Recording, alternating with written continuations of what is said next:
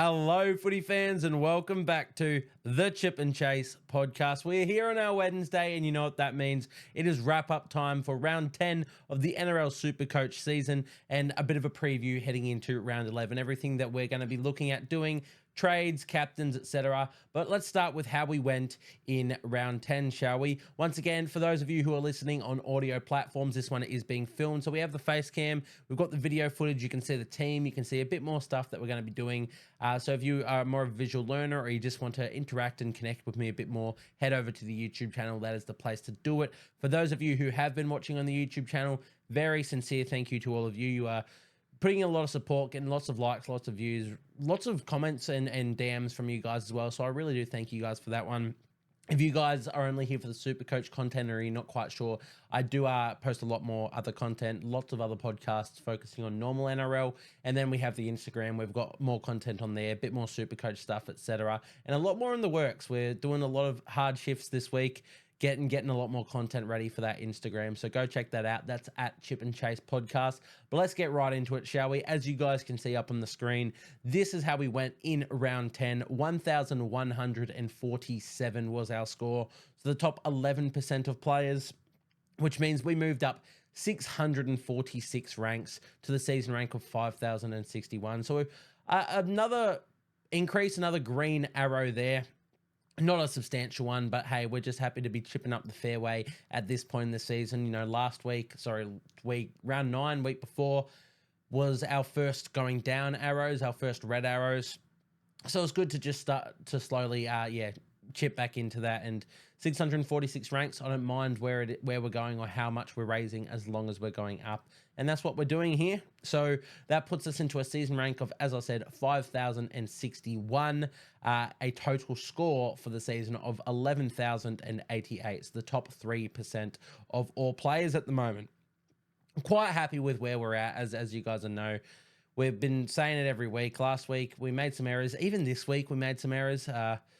If you watched last week's podcast, you would have known that my trades in that video were Scott Drinkwater in and Dominic Young in. Well, spoiler alert, or maybe not a spoiler if you guys saw the Instagram, which is where we kept you guys updated. We didn't end up going those trades. We went with a more surefire idea to shore up our team a bit, which meant, look, we'll get into that right now, shall we? Let's go straight into the team. We'll read through all of the team, but first, let's have a look. You guys can see there is no Dominic Young in my side. It's tough. The worst part was we could have boosted as well. Once Roger Tuivasa-Sheck went down, why didn't I just boost? He was out anyway. I could have just boosted to Dominic Young. It's tough. Look, we will get in. Let's just start with that. The trades we said in the podcast last week were Charnze Nicoll-Klokstad to Scott Drinkwater, and I think it might have been Jack Bostock, I think, was who we traded to Dominic Young.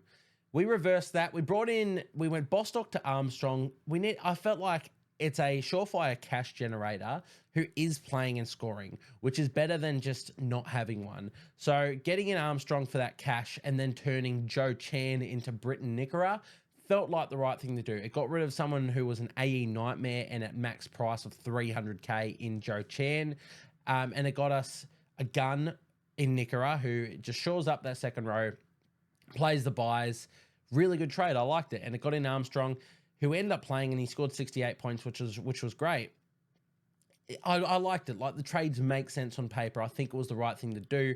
It just kills because you guys know that I had Dominic Young traded in, and then he scored 160 points, and I ended up not having him. And it hurts even more that I could just use the boost and got rid of Roger, who I knew was out, and I had time to do that, and I didn't do that. So I missed out on that. It's not all doom and gloom. If I was to bring Dominic Young in, if I was to go with the trades that we originally said in the video, it meant Charnze was going to be going to Scott Drinkwater, which meant I would have captained Drinkwater, who scored like 59, which is substantially less than Walsh. And, you know, Charnze scored 72. So Charnze ended up outscoring Drinky.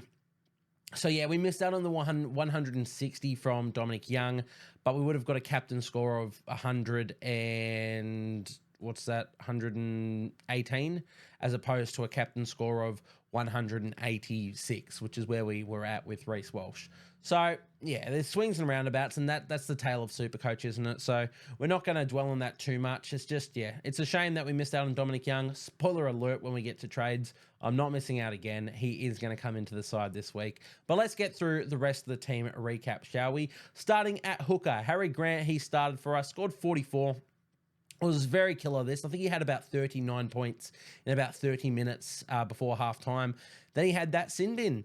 And then, you know, of course, that's the minus 10 points. Then you lose out all the points that he's off the field where he could just be scoring regardless. So he ended up on 44. That's not bad with the sin bin, as I said. So, as I said, essentially you can put 15, 20 points onto that score, and it's where he should have been by the end of the game, which would have been a lot better than the 44. It's tough. It was a pretty soft sin bin, which we all sort of know, hence why he's got off at the judiciary without a fine, without anything. He challenged, he won by unanimous decision.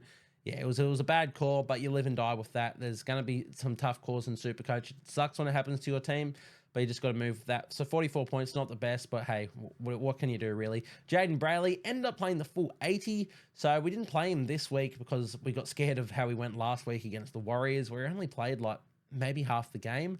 But 51 points, it's not a fantastic score, but I don't mind. Like 51 points in 80 minutes isn't fantastic, but 51 points at face value in general is good, and him playing 80 minutes is good. So he's going to hopefully look to raise a bit more in price. We didn't end up putting a reserve on him. Break even to 49, so he probably won't go up too much more. But I'm happy with having Jaden Brayley for those buy rounds, and I just love him as a player, one of my faves. So, yeah, didn't get the 51 points for our score, but, you know, it presents a playable option for the next few weeks. Jack DeBellin in our front row, 75 points. Another try for Jack DeBellin, 200 meters. He's a proper weapon. The thing about Jack DeBellin, we brought him in, his base, a lot of it is coming from tackles. He just makes 50 tackles a game, and there's 50 points. Dragons, when they're winning games, he's not making that many tackles. I think he only made about somewhere in the 20 odd of tackles this week. It's a lot less points than he usually gets. The try certainly helped, and of course he's just had a really good game in meters. So 75 points, really happy with that. I'm so happy to own him, especially coming into these bye weeks, and the flexibility to our front row forward to RF. Really happy to own Jack DeBellin. Josh Curran, only 44. He's been slowly falling off a bit of a cliff. Not a cliff as per se. He hasn't been dropping that steep, but not the scores that we really want from him. 44 we can live with, though. It's not the end of the world, so we'll move on from that. Terrell May, we didn't end up playing him. Just the Roosters have so many forwards. We played him the week before for his massive one, but didn't really want to risk it this week. 58 points, really good score. Going to be playing him this week, obviously, in Jack DeBellin's absence. If he's scoring 58, so I'm not too upset about that. Sam Hughes, 39 points from him. He's a peak price now. What's his break even? 50. Potentially could hit it, but I really do doubt it. It's been really good. It's been a slow burn for sure. Someone we've all had since the start of the season, and it's taking us, till round 10, 11 now to start selling him. But we've made almost 200k on him. We can be happy with that, and we can move him on to someone. The other thing is you could just hold him. Like, he's not the best scoring option, but there's not too many front rows out there. And he does play this opening buy round. I think he plays 16 as well. So there's potential there. I'll probably look to sell him in the coming weeks, but he's definitely not a big fire in my team I have to put out as yet. Moving into the second row forwards, Angus Crichton once again killing it. My king, 99 points. What can I say? I harp on about him in this. I harp on him about in my normal podcasts. He's the GOAT. He's so good, and we're so happy to own him and get those 99 points. We talk about the Crichton of old and getting back to that. What he's doing at the moment is more than the Crichton of old. This is ridiculous what he's doing. Like, what's his 4-round average of like 120, 130? 3-round average of 123. 5-round average of 100. Like, this is ridiculous. Get rid of these projected scores. And he's gone 119, 150, 99. Even before that, a 52, 79, and 83. He's so good. If you don't own him, it's a tough watch. He's almost season defining, is Angus Crichton. I assume he's going to be in the frame for Origin. We'll have to wait and see about that, but we'll deal with that when it comes. Britton Nikora, one of our trade-ins, 57 points. Happy with that. Again, it's up against the Storm. I didn't expect massive attacking stats. And I know the Sharks have a difficult draw. So I brought him in knowing that. So don't crucify me about that. I just think it was a smarter decision to shore up my second row. There weren't too many other second row options I wanted. I couldn't quite get to Adam Fanua-Blake at front row and move DeBellin or Curran down. So I ended with Nikora, who I wanted anyway. I think someone I'm going to want for the season. Decent buy schedule with the Sharkies. He doesn't play Origin, obviously, as a Kiwi. Happy to own him, and 57 points at face value. Happy with that. Beau Fermor, we ended up playing him, and he's rewarded us 76 points. He had a great game, Beau Fermor. Loved watching him play in that one. Getting back to where he was of old. Hopefully, still no tries from him. I did put you guys onto a sneaky try score bet for him last week. Hopefully, he didn't get on that because he hasn't quite got there yet. I still believe it's coming. Not sure if it's this week with the Titans in a bit of a crisis with all of their halves out and fullback and etc. But 76 points from Beau Fermor. We're really, really happy with that. Kai Pearce-Paul, 41. He was a late switch to the bench, which is why we ended up not playing him, as you guys can see here. Ended up just playing Fermor, taking the reserve off him, and we put that one on Armstrong by the end of the game. Sorry, not at the end of the game, before the game. But yeah, 41 points from Kai Pearce-Paul in about 40 minutes. Really good. Like, it's really good PPM, but it's not a score good enough that I want to be playing him. He's named on the bench again this week. So he's an interesting little one. A lot of people looking to sell. It's not a bad option, but also he still does play round 13. I don't know. We'll assess that in the future. Morgan Smithies didn't play on the bye. Viliami Fafita, our Nuff, did not play. Nicho Hynes. Now, this one was the kicker. Nicho Hynes, of course, was a late withdrawal for that Sharky Storm clash, so did not play. Luke Brooks, for me, had already played, so I couldn't put him into my halfback role and get that score, which is a shame because Luke Brooks scored 62, which is his best score for a long, long time. Let's actually have a quick look at that, shall we? Probably his best score since round 3 or something. Yeah, it's his best score since round 2. He went 59.80. Oh, it's his second best score of the season, and I didn't play. I've sat through these 40s. And 50s, but yeah, oh well, it's not the end of the world. We ended up getting our Nuff, which of course was pretty decent with a Sam Hughes 39. It's not a bad enough at all. Not enough. What do you call it? AE, sorry. But a little bit of a shame. Would have preferred Luke Brooks, but that's what happens. There would have been people in a lot worse situations than me having Nicho Hynes as your starting or even your captain and not being able to replace if you'd already played Cleary or whatnot. So it happens. That's Supercoach. I'm actually quite happy it did because I think stuff like that sort of keeps me in rounds. I need a bit of carnage here and there. But we move on. Luke Brooks, as we just mentioned, 62. Didn't play him, unfortunately. Dylan Brown, 96. He's back. This is where we want Dylan Brown to be scoring. I mean, this is luxury, let's be honest. Scoring 90s, 100s. It's luxury, but we know he can do that, and I'm so happy to own him. He looks good. Lockie Galvin, 54. Junk time points. We've mentioned it already. It's the story of my season. It's just getting some junk time points. He's got a try assist essentially near the final 2-3 minutes of the game. I don't even think he should have got the try assist, like, let's be completely honest. But he did, and I'm happy for that for my Supercoach points. Into the center wing, which is interesting. This is one of our most stacked positions. It probably is our most stacked position. And a few dud scores in here. 36 from Ruben Garrick, who was our VC. So obviously didn't loop that. Yeah, not great, but what can you do? Valentine Holmes, 56 in a game that we thought that they should have been scoring a lot more. You'd like a lot more, but hey, oh well, 56. As I said, that's like his lowest. Even when he's playing poorly, which he is, in my opinion, playing poorly, he's scoring 56. So we'll take it. Jesse Ramian, 74. Love that from him. This is where I wanted Ramian to be sitting. I really thought he could just average, maybe not average 74. I think 63, which is what he's averaging, is sort of where I expected. But I wanted more attacking stats, and I knew that he could get to 70s and above with attacking stats. 74, beautiful. I assume, 2% of players, maybe 3 now own him. Still 1% of players. I doubt anyone's jumping on them with the draw. So I'm so happy to still be owning my boy. Dallin Watene-Zelezniak, my trade-in from a few weeks ago. The pod I went for instead of Cleary. It hasn't worked out, but at the same time, if we went Cleary, it would have been worse. So what can you say? 23 points. It's not good. He's dropped a lot of money, almost 200K. He's going to drop again. I think I hold him, to be honest. Maybe it's me being stubborn. If you do own Dallin, it's not a bad sell at all. I think the Warriors are in struggle street. No Sean Johnson. Chan's into the 5/8 role. I don't see points coming, especially with the Broncos this week. But I'm going to be stubborn and hold Dallin Watene-Zelezniak for when the Warriors hopefully come good. I don't know if they fully come good, but they've got a few easy runs, a few easy games in there, especially during the bye period. Now, they only play 16 of the major bye rounds, but they cover all of the mini ones. We know how the Warriors normally are in the bye rounds. Everybody's struggling with origin and restings and blah, blah, blah. Warriors are normally pretty settled. So I'm going to hold him, even if he drops to 300K. That's tough, but I think there'll be value in him by the end of the season. Roger Tuivasa-Sheck, as we know, done the hamstring. He didn't play, and he's out for, I believe they've said 6 or 7, might even be 8 weeks. I can't recall. I think they're looking to bring him back around like 16 or 17. So he's looming as a sell, which is a shame because he's been basing really well, but it's not that bad to get off these Warriors players. Just jump ship, abort ship. Cal Iro, 48. Again, he's doing it all in base. He'd be near top dollar now, yeah. 35 break even, so he can go up a little bit more. He'll get to around that 500K. Definitely not a pressing sell at any point. He's still someone you can play pretty safely in your starting 13s or your starting 17s.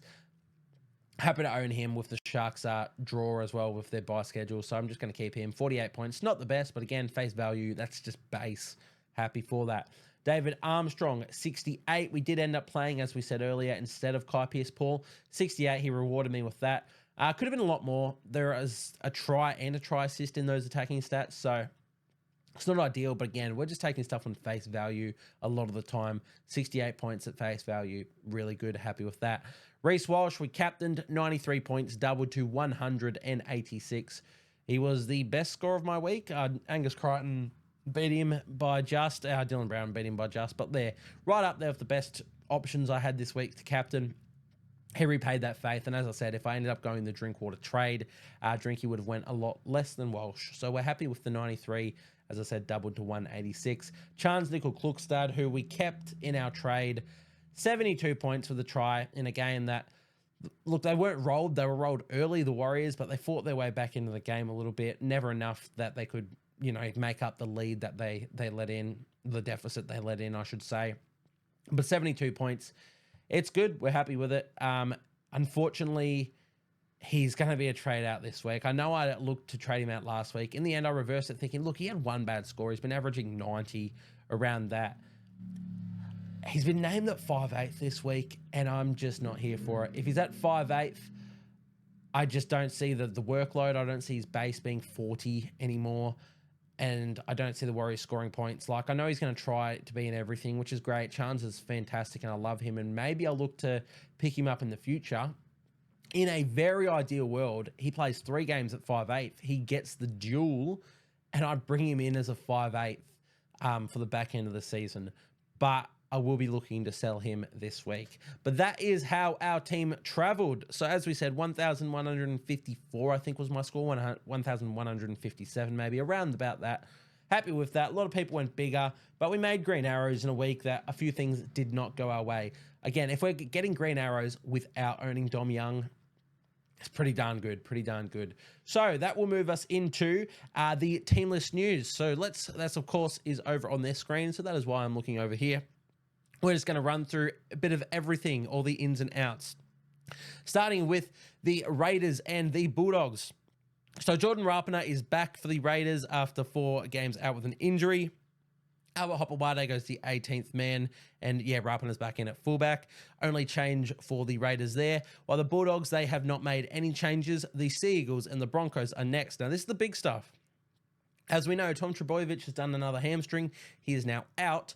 They've elected to go with Tolutau Kula at fullback, the king of last year. He's not saved my season because I didn't end up going all too well last season. Ended up at about 7,500th, I think I ended at. Tolutau Kula, he saved me though because I bought him in as my last trade for the last 2 weeks. 122, 188. We doubled that 188 too. He's back at fullback. It's very tempting to get on him. He's at a nice little price of 570K. He's fullback center wing dual.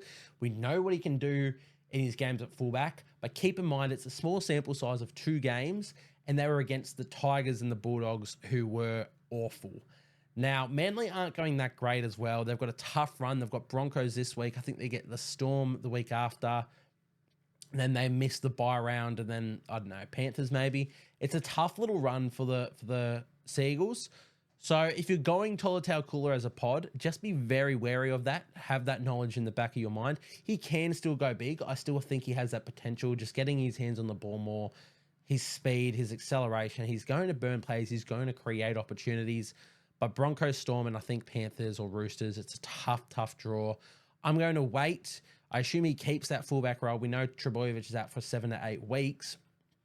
I'm going to target him around 14, 15 when they come back against the Titans. So I'm going to wait, but if you do jump on him, you have that in the back of your mind. Other changes for the Seagulls, Raymond Vallega I should pronounce the full name. Raymond Tuimalo Vallega is on the wing, with Jackson Paulo also going onto the wing. Jason Saab's out, and Tommy Talau has moved into centre to replace Cooler, who's gone to fullback. Garrick's doing the centres. The rest of their team, pretty stock standard. Homale Olakawatu returns from suspension, so big win for all of you Homale owners. Beyond that, not too much. Ben Trebojevic has kept his spot in the starting second row for all owners there. For the Broncos, Jock Madden has returned from injury at halfback, so Josh Rogers, the little dream that we had there, a pipe dream, let's call it what it is, he is gone. But good to see Jock Madden back in there. Rest of their team, pretty stock standard. Tyson Smoothie is starting at hooker with Billy Walters out. Blake Moser, the young gun, is on the bench.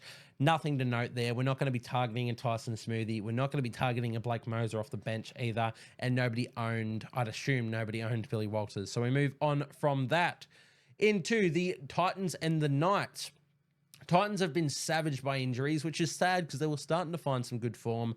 Keanu Keeney is the fullback. Alofiana Khan Pereira, Jojo Fafita are the wingers. Brian Kelly and Aaron Shoop is coming into the centres. So that's Shoop or Shop. I've never figured out how to pronounce his name. I want to say Aaron Shop and Alofiana Khan Pereira. They come in for Philip Sami, who is out with I think it's another hamstring injury, and Harley Smith-Shields, who's out with a pec injury. Chris Randall has been named at 5/8 again. Didn't play there last week with AJ Brimson playing there, but now Brimson is out for, I think it's 5 to 6 weeks. So Randall's named at 5/8 and Sam Verrills is named at halfback. So they have two hookers as their starting halves, which means their number 9 this week is Aaron Clark. Their forward pack is relatively unchanged. It's still solid as ever. But yeah, very tough old backline for the Titans. I'm worried about owning them. Keep in mind, Tom Weaver is named at 18th man. I think he has to come in.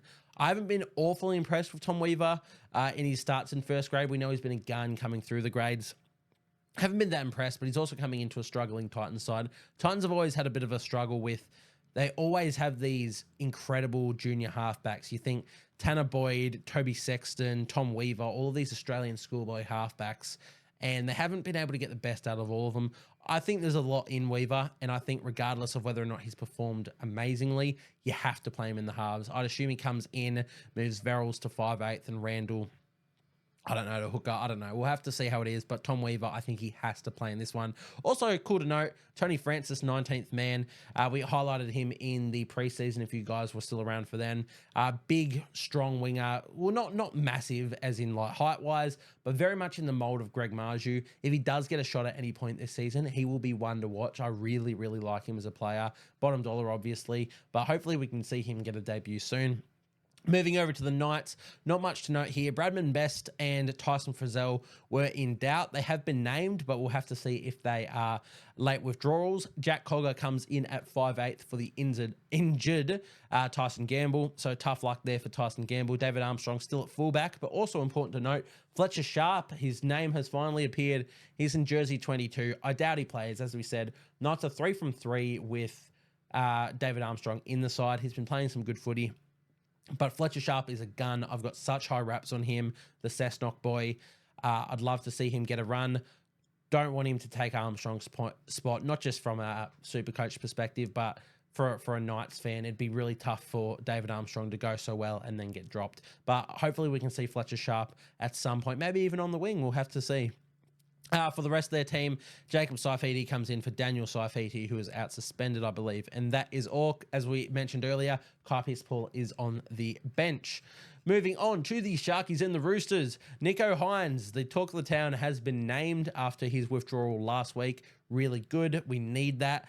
Keep an eye on it, though. He may still be a late withdrawal. So, yeah, just keep a firm eye on that one. But good to see him. Good to see him named.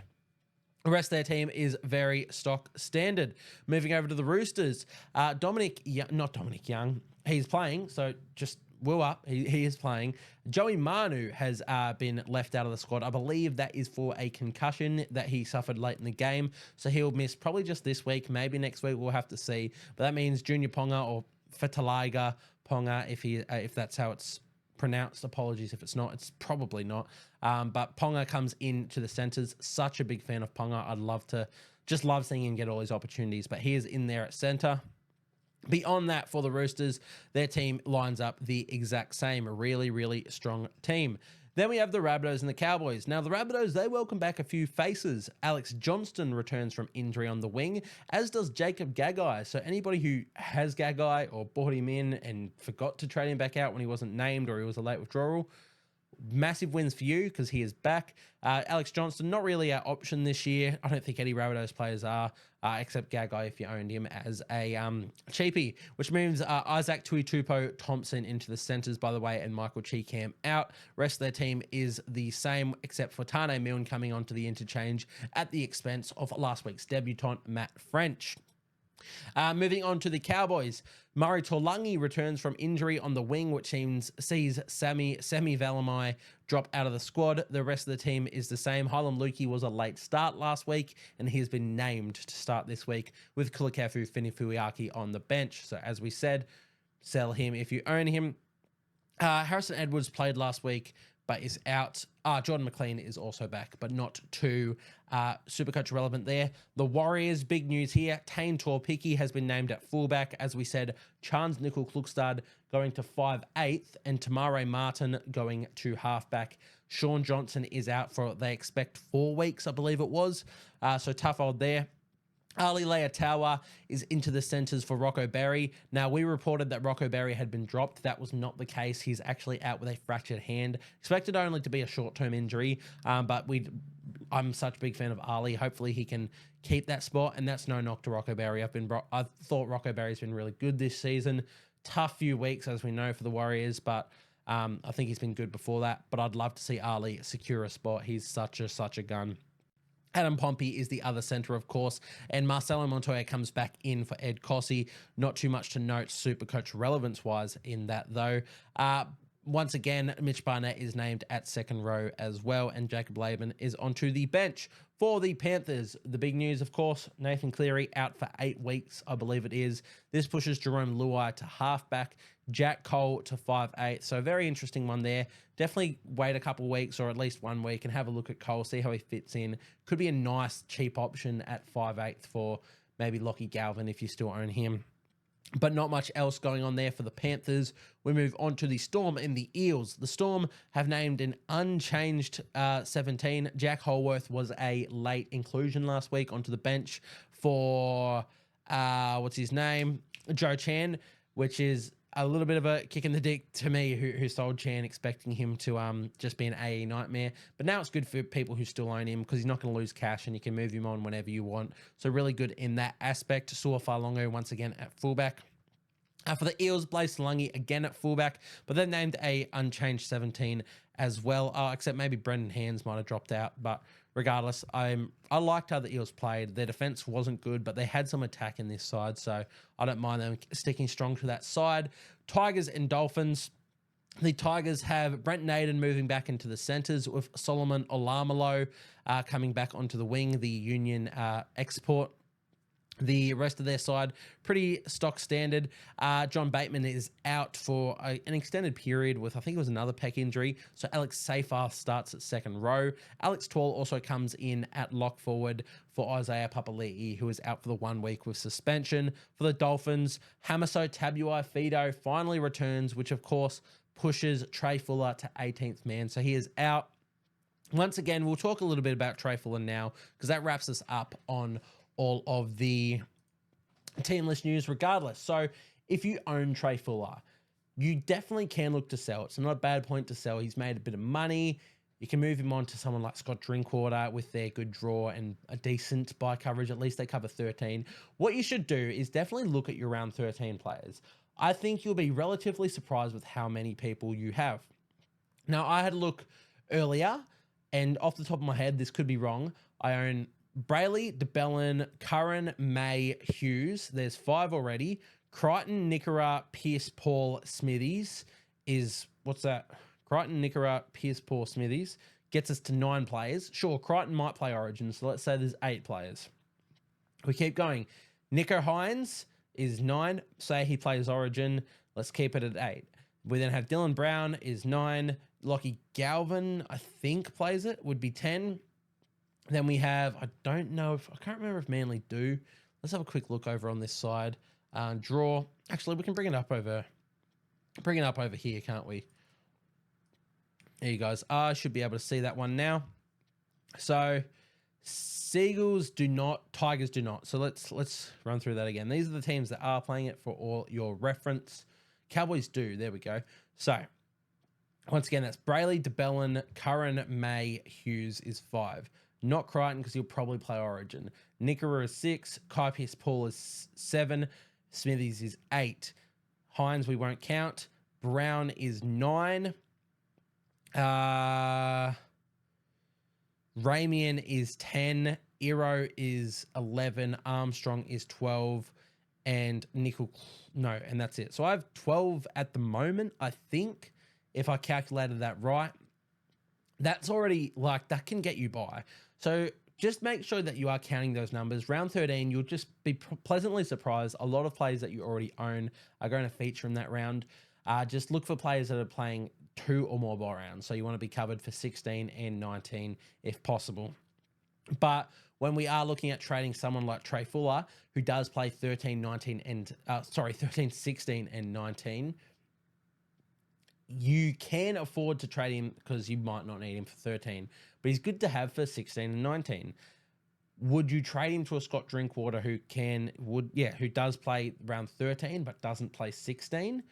Potentially. Cowboys have a decent draw, but Cowboys have also been struggling. They should have beaten the Titans, right? You'd expected Drinkwater to score really well. Didn't happen. Do you target someone like that? Do you think you can hold Trey Fuller and just wait for, Hammer's back this week, he'll probably play again next week, but then Origin comes, Hammer goes to Origin, Trey Fuller's straight into that fullback jersey. He's going to be really pretty important to have during that period maybe. So it's just one to keep an eye on. I'm not in that boat where I have to worry about that, obviously not owning Trey Fuller. But it's a bit of a head scratcher, something you guys can think about. I can give you my opinion, so if you want to reach out in a DM or as a comment, do so, and we can discuss that and maybe try and figure out what's the best situation for you, the best thing for you to do in that situation. But yeah, Trey Fuller at this moment, he's not playing. So just that's all we have to us this week. 18th man, Hammer's back. He's not going to play this week. Probably won't play next week. Do you hold on? Up to you guys. But now let's get into the trade talks. Now, as we do around here, we start trade talks with a little segment on our Instagram, our pod players. So let's head up here. Best buys round 11, point of difference players. Of course, pod stands for point of difference. You can see the 3 players there. I'm going to go through on these slides. If you're listening on an audio platform and you can't see this, that's where you head over to the Instagram and you can see this. I mean, Spotify is cool, or if you any other audio platform, you just have it playing in the background, load up Spotify, load up Instagram, have a look at this, and I'll still be talking over the back. So the best buys round 11, we'll start with Greg Marju. Once again, all the stats up on screen there, or if you're looking on your device, on your phone, you can see all of that there. That's all the key important information and stats that you want to know when buying these players. And I'll read through what I've said on the right-hand side. So Greg Marju, the best scoring centre wing of 2023, got himself his second meat pie of the season in round 10 on his way to 87 points for the week. He averaged 77 points per game last season, so hopefully this is the turning point for Greg to get back to anywhere close to those scores.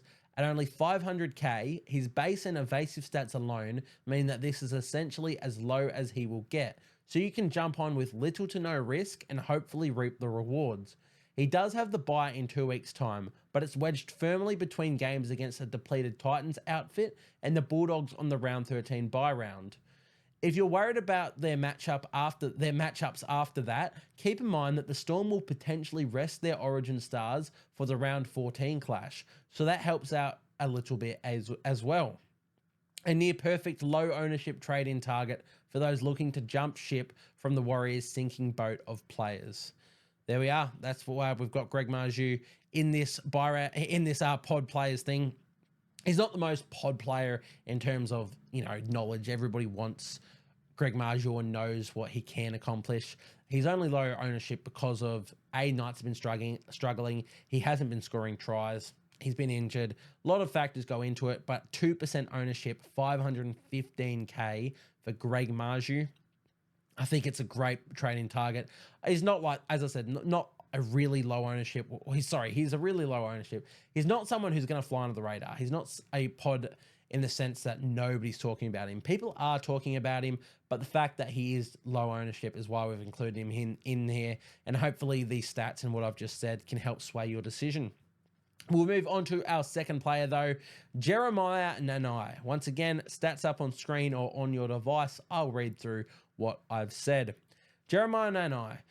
Coming off scores of 104, 89, and 91, Nanai has been killing it in a position where upside has been hard to come by. He is quite expensive off the back of those scores, but with games against the Rabbitohs, Tigers, Roosters without their Origin stars in round 13, and a floundering Warriors team in the mini bye round of round 14, it's almost now or never to bring him in. If you're looking to sell the bench to Kai Pearce-Paul, finding a bit of cash to upgrade him to Nanai could be a fantastic play. As again, we've said it there. If you look at the thing with Nanai, he's always been quite try-reliant. Less so this year. His base of 41 isn't amazing, but it's solid. He's scoring points of, averaging 14 points, as you can see in the graph, of scoring each game. So there's 55 points a game from scoring and base alone. If you're taking away the scoring points, he's still doing enough in evade and evade and creative to still just keep him around that mid-50s mark, and then throw in tries, which we know he can come by. We talk about, yes, he's attack reliant. Attack comes his way. That's why 104, 89, 91 in his last 3 weeks are fantastic scores. The Cowboys target him in their attacking structures. He can score against anyone. He's got a really good bye schedule. I really like Jeremiah Nanai in the second row position. He's at 10% ownership, so he's bordering on not being pod. I'd still say that's pod. We do pods as 10% or below. We've gone above once, I think, with Isaiah Yeo maybe. But that's still low ownership. That means 90% of players don't own Jeremiah Nanai. So definitely pod if you look at it that way. I think he's a great buy-in target, not just for round 13, which, as we said, you probably are covering anyway. But I think for the future rounds, just that draw, really, really good. And he's got attacking upside, which second row, there's not too many players that do have the attacking upside that he does. I mean, there's Angus Crichton that comes to mind, maybe a Eli Katoa, but I think Jeremiah Nanai is right up there with the best of them. So keep an eye on him. Definitely a good pod target this week. And lastly, we have Jeremy Marshall-King. Once again, stats on screen, and I will read through what I've said. As we should all be aware by now, the Dolphins are the only team who play all 3 of the major bye rounds, and JMK headlines the list of players to target for that period. He's averaging the 3rd most points in his position this season, and he always looks so close to going big. If you wanted to go even more pod, Reed Marnie is another good shout, but I think Jeremy Marshall-King's ceiling and his draw push him slightly ahead. If you still own a mid-range cheapy hooker, then it's a good time to upgrade them. However, if you don't, it could be time to move on Grant, Appy, or Robson before Origin. Now, you don't have to get on him this week, but I've elected to include him this week because he does have that matchup against the Tigers. So there could be attacking stats to come there. Jeremy Marshall King, he hasn't gone insanely big this year, but he looks so close. He's a really good attacking hooker, basing 44. So once again, floor's always there, which you would expect in the hooker position. He's averaging more than Harry Grant this year, and everybody's always talking about Harry Grant. Harry Grant's going to be missing through this origin period. Jeremy Marshall King's not. In fact, as we said, he's playing all 3 major bye rounds. So he's going to be very important to have through that. Yeah, really good upcoming draw.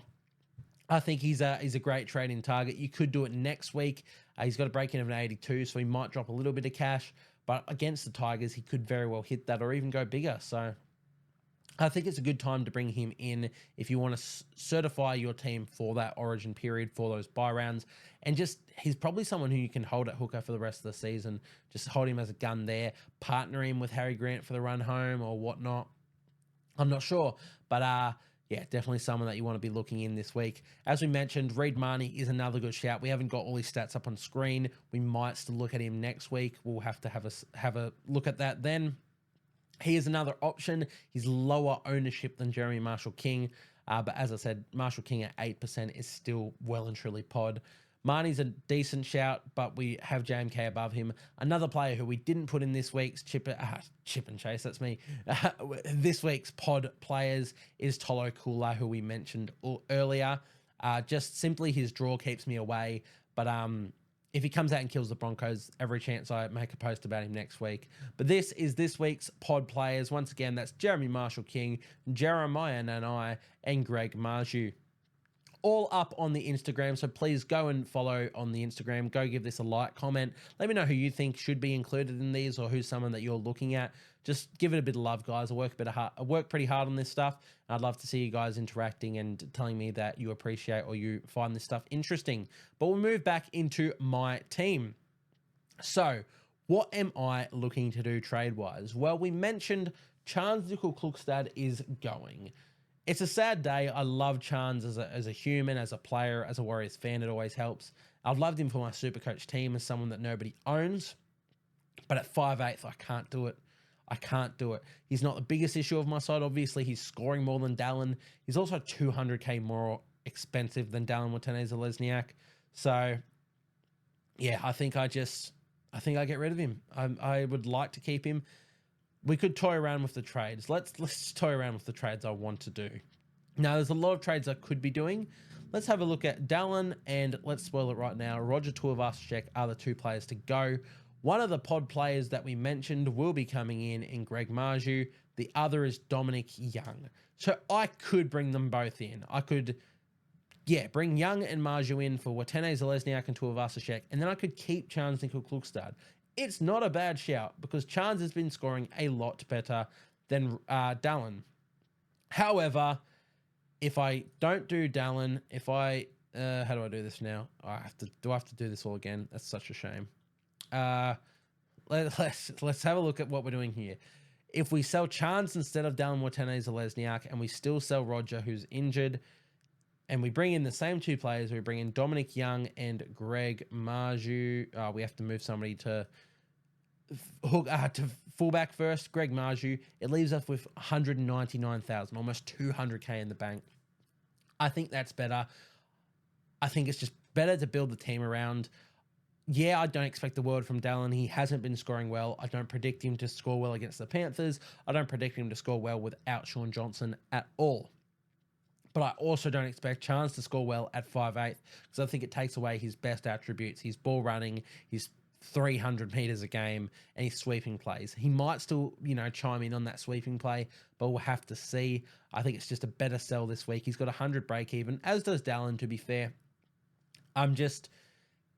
It's sad to be parting ways with him because I love him so dearly, but I think it's the right thing to do. I also am stubborn, and I want to believe that Dallin will come good and he will repay the faith that my trade, the trade I spent on him was.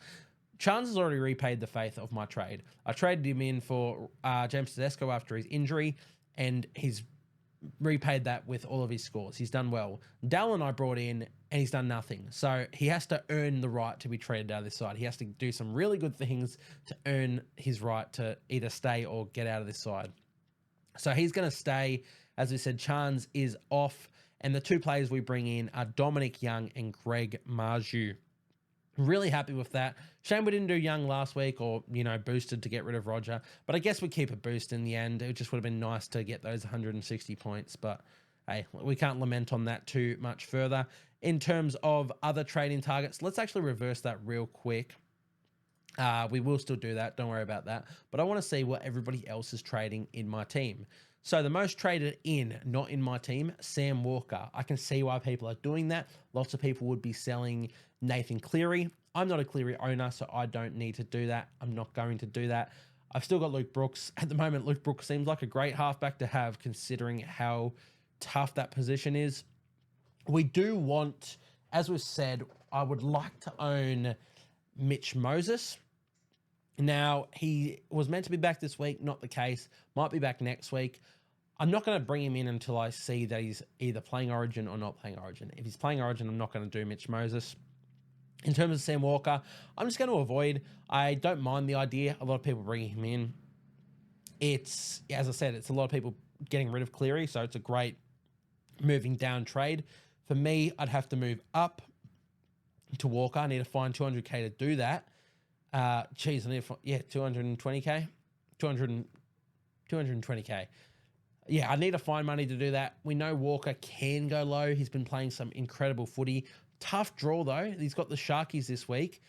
He's got a break even of 78. He might not hit that. You could bring him in the week after, but as I said, you're most likely trading out Cleary. Regardless, Walker, is he a good trade-in?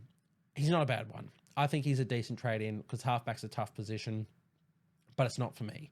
Scott Drinkwater, he's the next most traded in, not in my side.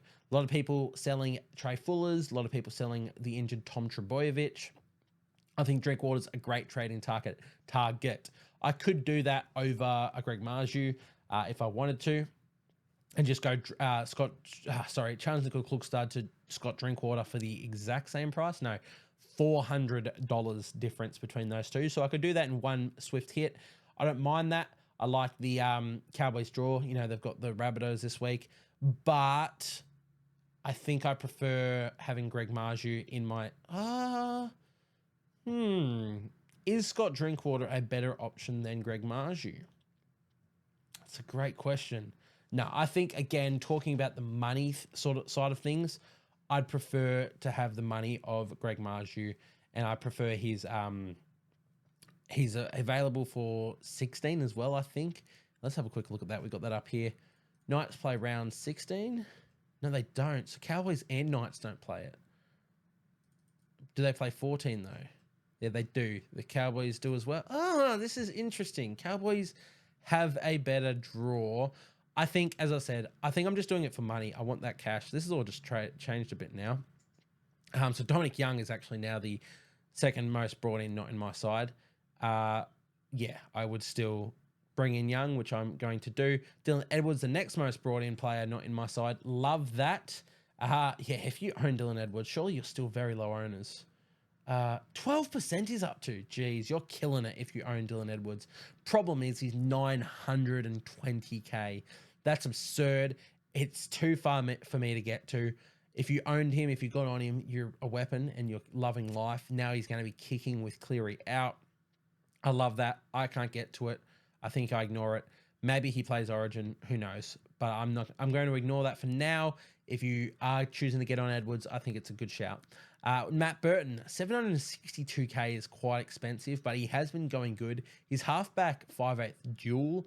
So again, if you're looking to sell Cleary, great. I think he's the best trade-in target because you can then... Dylan Brown will get his halfback dual soon. You can switch and swap those two. But also someone who might be playing Origin. So there's a little bit of risk there, but I don't mind it. He is quite expensive, though. Now let's look in the most traded out. Roger Tuivasa-Sheck speaks for itself. He's out for a long period of time. Kaipius Paul, people looking to sell him straight away. I'm going to hold a week or two. He does play round 13. Every chance he ends up starting with Tyson Frizzell in a bit of doubt anyway, and he scores well. Dallin, I understand why people are selling. He's washed. Love Dallin. Like this isn't actually. Whenever I speak of players, it's not normally putting shit on them. I'll put shit on from a bit of a Supercoach perspective, but a lot of that's also putting a bit of shit on myself for trading them in or owning them or just the decisions I make. I think Dallin is a fantastic footballer. Let's put that out there. And if you're watching this, Dallin, reach out. Ruben Garrick, next most sold out. I can't understand this. Not a good score, high break even. He's still 750k. You can move him on to someone, like there is value in that. But it's Ruben Garrick. I think you just hold him for the season. I don't know why you're looking to sell. Nico Hynes, next most sold. That doesn't make any sense. He's been named, so you don't sell. And even if you did sell, who are you going to? There's no Cleary. There's no good halfbacks. You hold Hynes. So now that all of that is out of the way, we will continue to do the same two trades that we're looking at. So that's Chance. I will toy with this whole Scott Drinkwater thing for just a second. And we'll go Roger to, what's his name? Dominic Young. I'd have $400 left if I did that. See, when trades like this happen, it almost makes me want to do it. When it's something that you can get in like by the skin of your teeth, it's like it's too good to be true. It's like it's a sign that you should do it. So I'm very tempted to do that. Chans and Roger to Drinkwater and Young. But as I said, I believe in the money that I'm going to get from Marju is going to be a bit better. I know Marju has the bye coming up. So that is a bit of a sticky situation. Is it next week? Yeah. But the Titans this week. Yeah, I'm bringing him in. Titans playing good footy. They're ravaged with injury. I don't think they can do too much this week. So those are my two trades. We bring in Dominic Young and Greg Marju. So let's look at sit v starts. Now we're in a good spot where our team is essentially all playing. So the sit v starts for my team. I have the options of Jaden Brayley, Terrell May, Kai Pearce-Paul if I wanted to, Morgan Smithies, Luke Brooks, Lockie Galvin, Dominic Young, Greg Marju, Kale Iro, and Davey Armstrong. Essentially everyone on my team plays and is playable. The only ones I'm not looking at are Sam Hughes and Viliami Fifita. Let's start by getting issues out of my side. Terrell May has to start for Jack DeBellin, who's on the bye, so there's one of those out of the way. My second row, I'm pretty set on them. So yeah, now let's just look at reserves. So Dominic Young, well, let's just start you over Dallin and we'll work out whether we're playing Dallin this week. We will start Garrick, Holmes, Dominic Young, and Ramian. Really happy with those players. I think they're solid lock in. Greg Marju definitely getting a reserve. Actually, we're going to start him this week over, it doesn't really matter who we play him over. Let's play him over Garrick. Because I think with the Knights against the Titans, I'm going to VC Greg Marju. I really like that idea. Garrick will still get a reserve. I know they've got a tough game. Who have they got again? Broncos. Every game's at Magic Round this week as well. So we talk about home. It doesn't matter. Nothing's at home unless you are the Broncos or the Dolphins maybe technically as well. But so yeah, Garrick, you're still getting a reserve just because we know what you can do. Kale Iro gets a reserve. I know it's against the Roosters, but he's just got really good base. Davey Armstrong against the Titans, he gets another reserve. So there's Garrick, Iro, and Armstrong with reserves. We lock them in. Now we decide Galvin's one. Galvin, the Tigers have the Dolphins. I'm not too convinced on Galvin anymore. He's not a bad shout, but doesn't really have the ceiling that I want from him. Now we can go to Luke Brooks. Again, that's against the Broncos though, so I don't really want to. What happens if Nico Hynes a late withdrawal again? Do I just cop an AE? Who's my AE again this week? Probably Sam Hughes. Yeah, I can cop AEs with my team. So Luke Brooks, not my favorite option. Morgan Smithies, not a bad option. If I just wanted base points, it's actually quite decent. Against the Bulldogs, it's not a bad shout. Jaden Brayley, also against the Titans, could be scoring could be assisting. Not really sure he's got that in him though. There's always the threat of him not playing 80 and Phoenix Crossland replacing him. So I'm going to stay away from it. I think I might change that. Darren Martinez-Lesniak against the Panthers. I hate it. He's got upside and I'm stubborn, so I'm so close to doing it. It also gives me a player to have in that game, which I just like having someone that I can watch. If the Warriors are going to score, it's probably going to be on Dallin's edge. I mean, we keep saying that though, and they don't score. I don't know. I think I'm going to put it on Dallin now just because, I want to watch a player in that game, so it'd be cool to own Dallin. I own Dallin. It'd be cool to have someone playing in that. He has upside. He has the most upside of anyone on my, that I was choosing between, despite the fact he hasn't really displayed that this season. Yeah, look, I'll just throw it on Dallin. It could end up being a late change to Jaden Brayley. I do like the idea of him against the Titans. If Kai Pearce-Paul is named to start, I'll probably just put it on him and forget about everything else. But for now, I'm just going lock and load all of my center wing fullbacks. That's Armstrong, Iro, Watene Zelezniak, and Garrick are my reserves this week. So that's that. In terms of captain options, it's not the most clear-cut week. We have a few tough matchups, like Raiders and Bulldogs start us off the round. You're not captaining anyone in that game, let's be real. Seagulls, Broncos, you could VC a Reece. Ooh, you are right. You can VC Reece Walsh. Sorry, Greg. I actually believe in you a lot against the Titans. Who do I believe in more? Valentine Holmes or Greg Marju? It's got to be Valentine Holmes against the Cowboys. So we'll get to that. Anyway, Broncos and Manly. Reece Walsh, VC option. Lock and load that, I think. Manly have been struggling. I think without Trebojevic, it's just going to make things tougher. I love the idea of this Broncos team against that. So Reece Walsh, really good VC option. You're not VCing anyone from Manly, not a Garrick or anything, in my opinion. Titans, Knights, you don't own, there's no players in these teams that you are going to VC or captain. There's Greg Marju, if you believe in that, who we were just mentioning as someone that I was going to do. I don't mind that play at all. I just prefer Reece Walsh if you own Reece Walsh and you have to decide between the two. But potentially Greg Marju.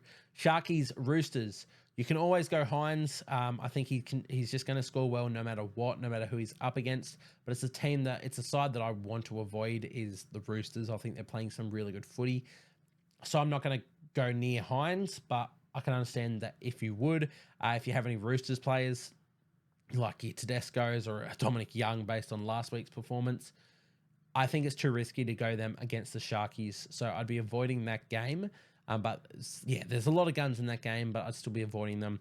Rabbitohs, Cowboys. This is where it's interesting. If you bring in a Scott Drinkwater, you're probably captaining him. I didn't do it, obviously, but I actually like the idea of captaining Drinkwater. I'm going to captain Valentine Holmes against the Rabbitohs. I have a suspicion that the Rabbitohs do get up for this one. They've been playing better footy despite losing and all their circumstances. But Cowboys need to get a win. It's Suncorp, so it's a closer to their home game than it is the Rabbitohs. Yeah, I think Valentine Holmes is a good option there as a captain. Warriors, Panthers. If you own Dylan Edwards, I'd lock and load him as a captain, and I wouldn't think twice. Goal kicking against a Warriors team who is in absolute shambles. Yeah, Dylan Edwards, he's probably the best captain option this week. Storm and Eels. There's not too many Storm players I'd even captain this year. You could look at Grant, but he's not scoring like high. I wouldn't go Munster. I also think the Eels are a better team than people are, I guess, giving them credit for. I thought they played decent against the Broncos last week. Their defense let them down and their execution let them down, but they put themselves in a lot of attacking opportunities. And I thought they have a pretty darn good attack. So I'd avoid the Storm Eels game. And lastly, Tigers Dolphins. There's probably no one in that game yet you'd look to captain anyway. So the best options this week, Dylan Edwards against the Warriors is my number one. Valentine Holmes / Scott Drinkwater against the Rabbitohs is number two. And beyond that, I guess Nicho Hynes against the Roosters would be my third best captain option of the week. The best VC options are Reece Walsh, number one, against the Seagulls.